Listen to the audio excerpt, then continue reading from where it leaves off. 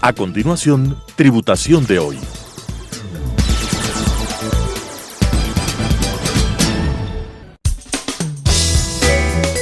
Clasificación A. Apto para todo público.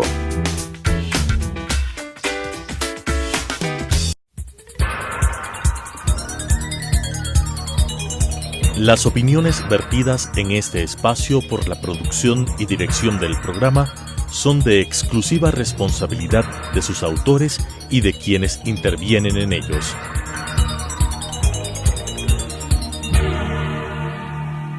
Telesucesos Canal 29 UHF presenta Tributación de hoy, un programa destinado para los ciudadanos en su entorno fiscal para el Ecuador, con la conducción de la doctora Cristina Trujillo. Tributación de hoy. Tributación de hoy, un programa diferente donde abordaremos temas relacionados con el ámbito financiero, contable, laboral y tributario. Pero como siempre, la importante presencia de entrevistados que nos ayudarán a comprender el ámbito legal de nuestro país. El día de hoy quiero tratar un tema súper interesante que a mí me emociona, me apasiona, que es hablar la parte financiera. Un tema que muchas veces tenemos resistencia porque creemos que es un tema complicado. Un tema que no lo podemos hacer, pues definitivamente, si estamos en manos de los expertos y tenemos esa guía pedagógica de los expertos, pues ¿por qué no? Quiero darle la bienvenida a Diego Constante. Hola Diego, qué gusto tenerte en mi programa. Hola, Cristina, mucho gusto. Y definitivamente sé de toda tu experiencia, de esas maravillosas clases que estás impartiendo en el Colegio de Contadores Públicos de Pichincha y del Ecuador en el ámbito financiero, y de cómo todos esos contadores salen contentos, salen felices y quieren repetir si quieren más. Quiero el día de hoy que conversemos en un lenguaje sencillo todo ese ámbito financiero que debemos conocer. Tú me comenzaste diciendo en la pre-entrevista algo que me quedó impactado: cómo construir y cómo no destruir en el ámbito financiero. Diego, bienvenido, esta es tu casa, Tributación de hoy. Muchas gracias, Cristina, un gusto poder saludarte. Pues bueno, importante topar este tema fundamental, ¿no es cierto? Pasar un poquito, que los contadores pasemos de esta parte netamente contable y avancemos a la parte financiera, que es crucial en la toma de decisiones. A nivel gerencial, crucial. Y sabes, Diego, que te cuento que incluso en mi tema personal, cuando yo tomé la decisión de hacerme contadora, pues yo ahora te cuento en confianza, yo era física matemática y quería pues estudiar una carrera dura, como se decía antes. Yo quería ser ingeniera mecánica de la Universidad de las Fuerzas Armadas de ESPE, pues, y a Sores ¿no? Interesante, y mira cómo el mundo da las vueltas, pero la genética, papá contador, 9 hermanos contadores, terminé siendo contadora, y con el paso del tiempo me hice abogada. Pero claro, la parte financiera, como que a veces tenemos esa resistencia, que es complicada, que es dura, que tiene mucha relación con las matemáticas. Pero quiero que tú nos digas, es algo que lo podemos manejar los contadores, y no solo los contadores, porque ahora también los microempresarios, todo el mundo necesitamos manejar la parte financiera. Por supuesto. Bueno, y en mi experiencia personal incluso, ¿no? Yo soy CPA, soy contador también, entonces sí es complicado pasar a ese mundo financiero. No es difícil técnicamente, un poco nosotros nos ponemos ciertos paradigmas, ¿no es cierto? Nos ponemos ciertas barreras y decimos, no, hay mucha matemática, estadística y esto y lo otro. Claro, las finanzas es un mundo enorme, ¿no es cierto? Y las finanzas se alimentan de la contabilidad. Las finanzas sin la contabilidad no pueden vivir. Quiero recalcar esta frase que acabas de decir. Las finanzas se alimentan de la contabilidad. Nos necesitamos. Seguro. Sí, qué interesante. Sí, porque si no tenemos una contabilidad, ¿no es cierto?, con normas internacionales de información financiera, una contabilidad que no cumple con los estándares de las entidades de control, pues el insumo que va a recibir la parte financiera para realizar proyecciones, para realizar análisis y diferentes casos que utiliza la parte financiera, pues no nos va a servir. Si el insumo principal está mal calculado, no respeta las normas, no tiene fiabilidad, pues evidentemente la parte financiera no va a funcionar. Entonces son un complemento. Claro, y lo que tú dices es real. Si esos estados financieros no están parametrizados como es debido, no cumplen con políticas, no cumplen con todo el tema, hablemos de regulaciones. Correcto. Esos resultados financieros, cuando, te soy honesta, cuando nos dicen al contador, por favor, ayúdeme a calcular este indicador financiero, pues a veces hasta ahí nos quedamos. ¿Cómo podemos romper esa barrera? ¿Qué hacemos? ¿Qué debemos hacer? ¿Cómo es ese camino? Quiero que tú nos vayas introduciendo a ese tema tan importante que tú lo estás manejando incluso ya a nivel de capacitaciones. Claro. Bueno, primero hay que entender que las finanzas, como digo, son un mundo, ¿no es cierto? Dentro de las finanzas hay diferentes tipos de contabilidad y hay otras ciencias que conforman las finanzas. Por ejemplo, tenemos dentro de las finanzas la contabilidad normal, ¿no es cierto? La contabilidad que manejamos diariamente, la contabilidad de gestión, que es otra rama de la contabilidad, ya no enfocada en cumplir con los requerimientos de las NIF ni de nuestras entes de control, sino más bien para adentro como empresa, como por ejemplo yo controlo los costos, la materia prima, etcétera, etcétera, pero con un concepto de eficiencia, y esto para la administración, para que en base a esos conceptos de la contabilidad de gestión tome decisiones estratégicas. Y dentro de este mundo financiero está por ejemplo también las estadísticas, matemáticas financieras y demás digamos disciplinas que conforman las finanzas. Como para pasarnos un poquito más a este mundo financiero, con ciertos conceptos, hay que entender ciertos conceptos que los diferencian, ¿ok? Entonces, por ejemplo, la contabilidad se basa en el principio del devengo. Así ¿cierto? es, perfecto. Qué increíble, qué increíble. Realmente me estoy emocionando porque estamos hablando el lenguaje que a mí me gusta, Sí. el lenguaje contable, y poco a poco me estás haciendo que me introduzca el tema financiero, ¿Qué es porque la idea? que la idea también te comento y lo digo públicamente, voy a coger tus clases financieras porque Muchas gracias. definitivamente Bueno, yo pienso que tenemos que ser ahora profesionales integrales. Por supuesto. Ok, y esto de la contabilidad de gestión, ¿cómo se está dando? ¿Todas las empresas lo tienen? ¿Las microempresas lo tienen? ¿O es un tema que todavía tenemos que avanzar? Fíjate, Cristina, que el día de ayer estuvimos en un seminario internacional. Me comentaron con una sí. excelente participación tuya, un seminario que fue de la Semana de Emprendimiento e Innovación Correcto. con las Fuerzas Armadas. Así y que es. también participa activamente el Colegio de Contadores Públicos Sí. de Pichincha y del Ecuador. ¡Qué maravilla! Sí, y justamente en este seminario hablamos de la contabilidad de gestión. Hicimos prácticamente una exposición solo en lo referente a la contabilidad de gestión y cómo la contabilidad de gestión, la contabilidad de costos puede ser una herramienta fundamental, no solo de la parte financiera, sino de la estrategia de la compañía, que es muy diferente, ¿no es cierto? Claro. Entonces, fíjense, incluso allá vamos a mezclarnos y seguramente por aquí tendremos algún colega ingeniero comercial, tendremos público de diferentes áreas. Claro, por supuesto. Sabrán que, por ejemplo, Porter enunció 2 teorías de diferenciación en los mercados, por ejemplo. Ventaja competitiva por diferenciación de mi producto, es decir, yo tengo, por ejemplo, una sensación de que mi producto me da una diferenciación, vamos a hablar de la marca de los celulares, por ejemplo. Correcto. Que me da un cierto estatus, digamos, o la ventaja competitiva por la diferenciación en costes, la Claro. diferenciación por el tema de los costos, la eficiencia en los costos. Entonces es tan increíble y tan fundamental en el tema estratégico tener una correcta, por ejemplo, contabilidad de gestión, que vendría a ser el primer paso desde la contabilidad de gestión para luego ya recalar en la parte financiera. Y mira lo que tú dices, hay veces que, por ejemplo, el microempresario, el contador, cuando le hablas de estos términos, como que tiene esa resistencia. ¿Cómo logramos romper esa resistencia? ¿Qué les podemos decir para hacerles comprender que el mantener estos, ¿qué le podríamos decir? Ayudas, soportes, Sí. herramientas, estrategias, nos van a hacer que nuestros negocios, que eso es lo que ahora necesitamos, fundamental. crezcan, peor ahora que estamos con las consecuencias, Claro, no. yo digo, de esta pandemia de la COVID-19. ¿Qué les decimos, Diego, a esa gente? Bueno, yo creo que hay que tener conceptos claros, conceptos básicos. Una vez que nosotros, por ejemplo, ya tengamos los conceptos básicos de las finanzas corporativas, ya podemos empezar a adentrarnos un poco más en, qué sé yo, ir haciendo presupuestos financieros, ya no solo presupuestos de ingresos, gastos, ¿no es cierto?, sino presupuestos financieros aterrizados a flujos de caja, por ejemplo. ¡Ay, qué maravilla! Que imagínate, Cristina, en el mundo actual el dinero es lo que menos hay. O sea, nosotros no podemos desperdiciar dinero, peor aún en el contexto actual que estamos viviendo con la pandemia. Entonces los recursos son limitados. Limitados. Sí, y por ende debemos administrar correctamente esos recursos. Y ahí, Diego, te voy a decir algo. Mira, yo he podido revisar por mis clientes, también por todas las preguntas que me hacen, tanto a Tributación de Hoy, a los otros programas que manejo, pues de que definitivamente le dicen al contador, haga un presupuesto ajustado hoy a la realidad que tiene la compañía, y no saben hacer. Entonces, ¿qué les decimos ahí, Diego? ¿Qué deben hacer? ¿Cómo deben ir generando esa herramienta? Porque es la real, lo que te estoy diciendo es completamente real. Claro. Cristina, me pidió la compañía que prepare un presupuesto financiero ajustado a la realidad hoy COVID-19.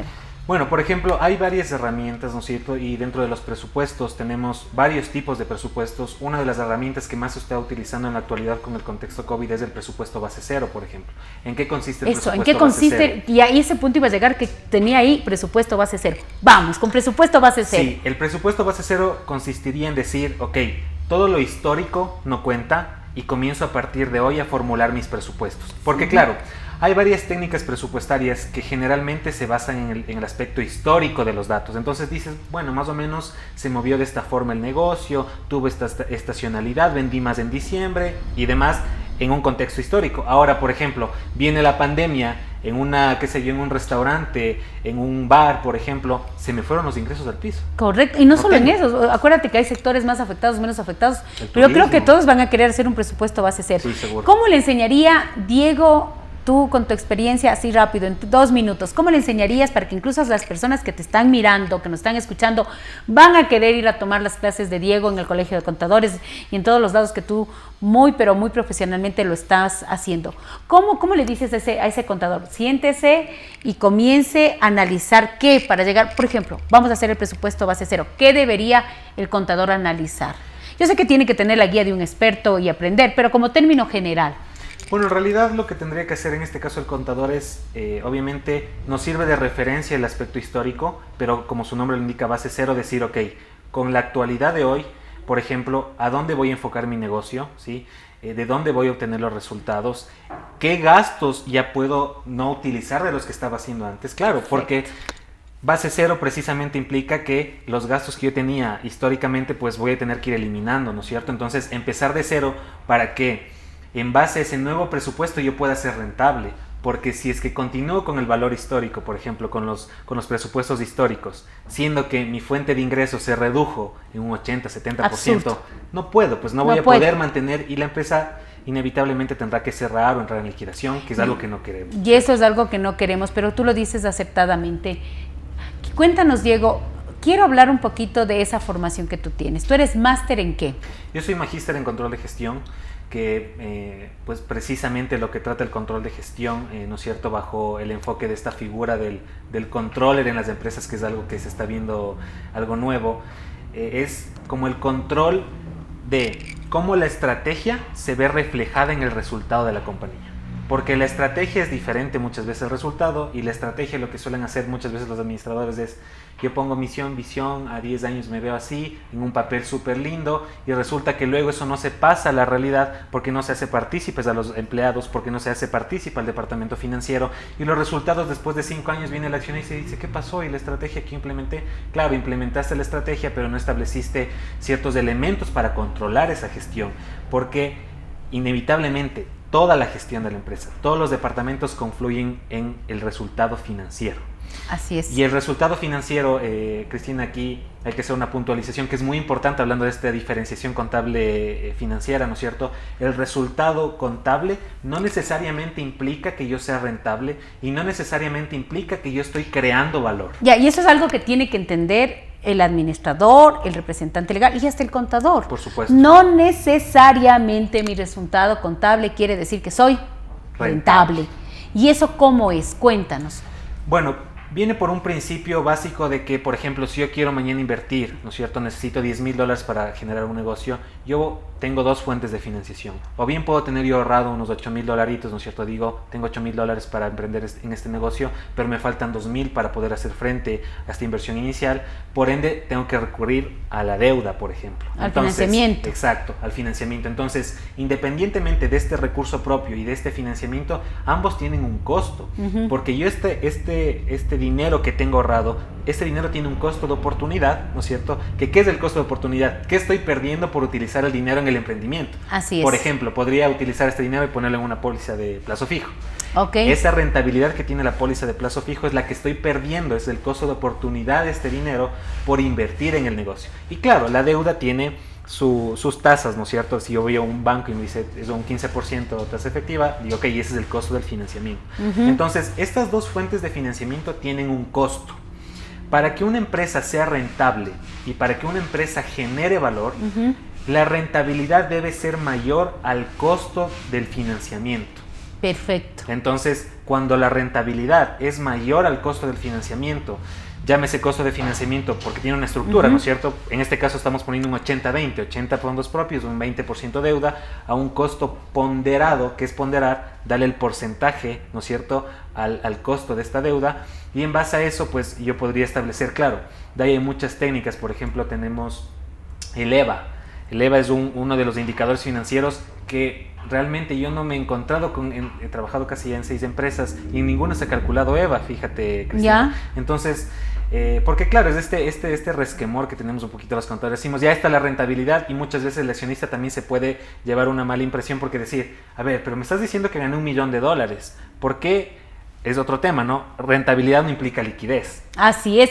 Y eso, Otro factor. y eso es durísimo. Por ejemplo, yo estaba en estos días explicándole a alguien, me decía, la empresa dice que tiene 1,5 millones de utilidad, pero vamos a bancos y no hay la liquidez, claro, porque está en tu inventario, porque está en tus cuentas por cobrar, y al menos si no tienes una formación financiera de entendimiento de cómo es la estructura, cómo esos activos tienen que volverse líquidos para poder pagar dividendos, pues el accionista se desmotiva.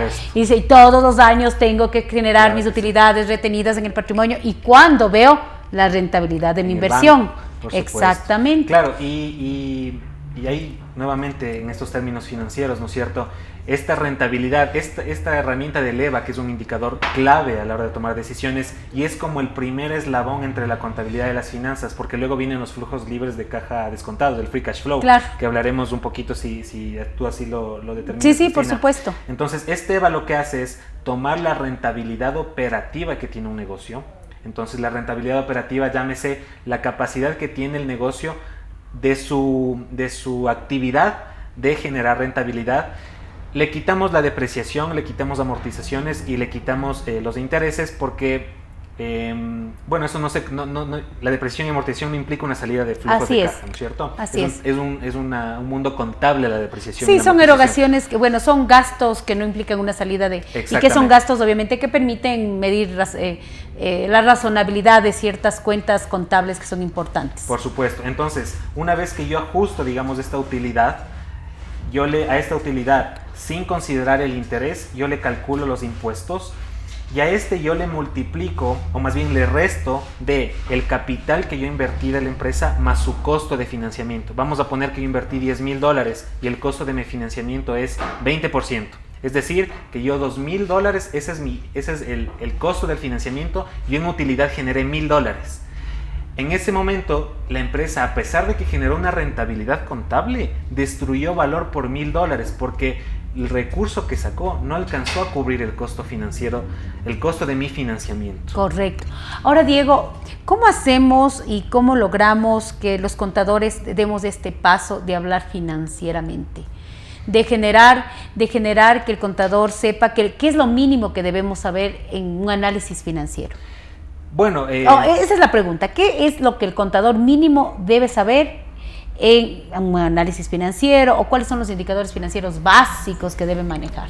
Claro, bueno, es importante que el contador siempre esté en constante capacitación, actualización, ¿no es cierto? Nosotros somos prácticamente, muchas veces yo hago un símil como un médico, ¿no es cierto? Vienen saliendo nuevos temas de salud, nuevos avances y demás, claro, y tiene que irse actualizando, exactamente igual que los contadores. Fíjese que las normas internacionales de información financiera nos abrieron un abanico increíble y nos dieron la importancia que tienen realmente los contadores. Y quiero contarte un chisme, mi querido Diego. En la última reforma que se dio con el reglamento de la Ley Orgánica de Simplicidad y Progresividad Tributaria, incluso hoy, las personas naturales obligadas a llevar contabilidad y aquellas que no tienen un organismo de control como la super de compañías, claro, o super de bancos o de economía popular y solidaria, tienen que regirse a lo que establezca el Servicio de Rentas Internas, porque está facultado en la ley, y el SRI, bueno, la ley tributaria y el reglamento establecen ahora que es NIPS para pymes. Ahora todo el mundo tiene que aplicar NIPS para pymes en general, salvo pues los controlados por super de bancos de economía popular y solidaria, porque el resto, tanto de las super de compañías y los que no estaban bajo estos organismos de control, hoy tienen que aplicar NIPS para pymes, y necesitas hablar del lenguaje financiero. Mira, qué bueno esto. Sí, y claro, esta importancia que se nos ha dado, ¿no es cierto?, nos ha obligado a seguirnos capacitando. Tenemos escuelas de NIPS, ¿no es cierto?, en el colegio la tenemos. Así es. Tenemos muchos cursos, muchos métodos de actualizarnos. También podemos bueno, estamos en la era de la información, podemos también hacer un poco de autoestudio, ¿no es cierto?, bajo nuestros propios medios, y eso es fundamental también en la parte financiera. Entonces, lo que yo les recomendaría a mis colegas contadores sería: actualicémonos, busquemos cursos de capacitación que nos comiencen a abrir un poquito el abanico en este mundo financiero. Y claro, los indicadores financieros que debemos siempre tener en cuenta. ¿Cuáles son los básicos? Sería los que miden la liquidez, endeudamiento y rentabilidad. Son los 3 básicos que tenemos que saber. Repitamos, Diego: liquidez, endeudamiento y rentabilidad. Y cuando nos mandan a calcular, a veces no sabemos cómo hacerlo. Sí, y claro, por ejemplo, y es sencillo, ¿no? Porque incluso, por ejemplo, la liquidez es la representación del activo corriente, la proporción del activo corriente sobre el pasivo corriente, que eso lo tenemos en nuestros balances. Están en nuestros balances. El capital de trabajo, las necesidades operativas de fondos. Cuando hablamos ya de endeudamiento, tenemos los pasivos, ¿no es cierto? Tenemos los pasivos que son propios del negocio, vengas a decir proveedores, ¿no es cierto?, que es un financiamiento espontáneo, que lo llamamos en finanzas. Es decir, tenemos todas las herramientas en los estados financieros como para pasar a realizar ese análisis financiero, para que ese sea el punto de partida ya para el mundo de las finanzas corporativas. ¡Qué maravilla! Estamos hablando, mira, que a veces son cosas que parecen sencillas, pero no las son. ¿El tener buen dominio de matemática financiera?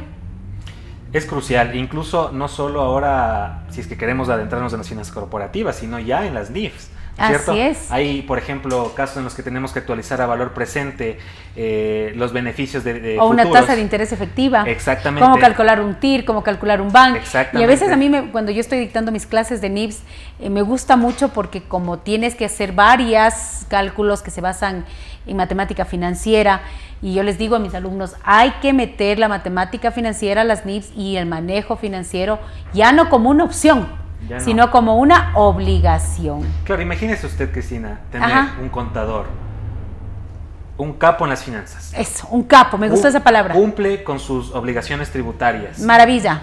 Y encima me cumple con las NIFs. Perfecto. O sea, esos estados tienen la representación fiel de la situación financiera de la compañía, y encima, como es un experto en finanzas corporativas, me hace proyecciones, me hace presupuestos, me mide el valor de la empresa, me hace proyecciones a futuro. Entonces, increíble. Claro, el empresario en este caso pues va a tener una ventaja competitiva incluso en este profesional.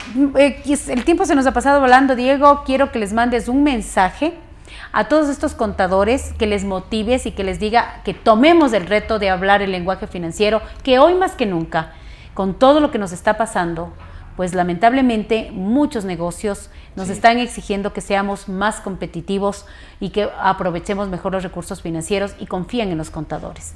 Quiero que les motives, mándales un mensaje a todos los contadores del país y a toda la gente que nos mira, al empresario, a todos en general. Sí.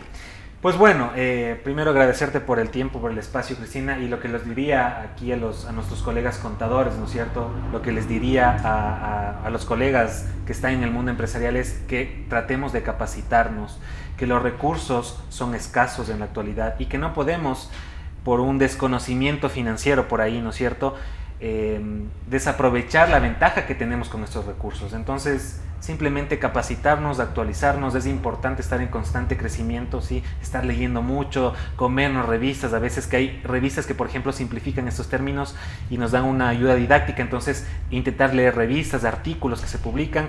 Y nada, pues que continuemos en esta constante evolución, ¿sí?, de conocimientos, que es fundamental a la hora de formar un profesional integral. Que eso es lo que queremos. Ser un profesional integral. Perfecto.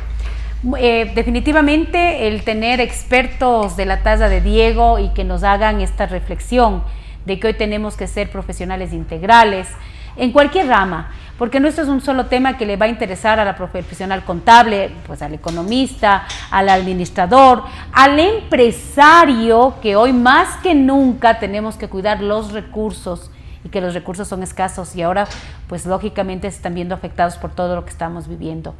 Quiero pues agradecer siempre la presencia de ustedes, que nos siguen en las redes sociales, que nos viven todos los días miércoles en este prestigioso canal, y pues seguirles invitando a todos estos temas de actualidad en nuestro programa Tributación de Hoy. Nos volveremos a ver. Las opiniones vertidas en este espacio por la producción y dirección del programa son de exclusiva responsabilidad de sus autores y de quienes intervienen en ellos.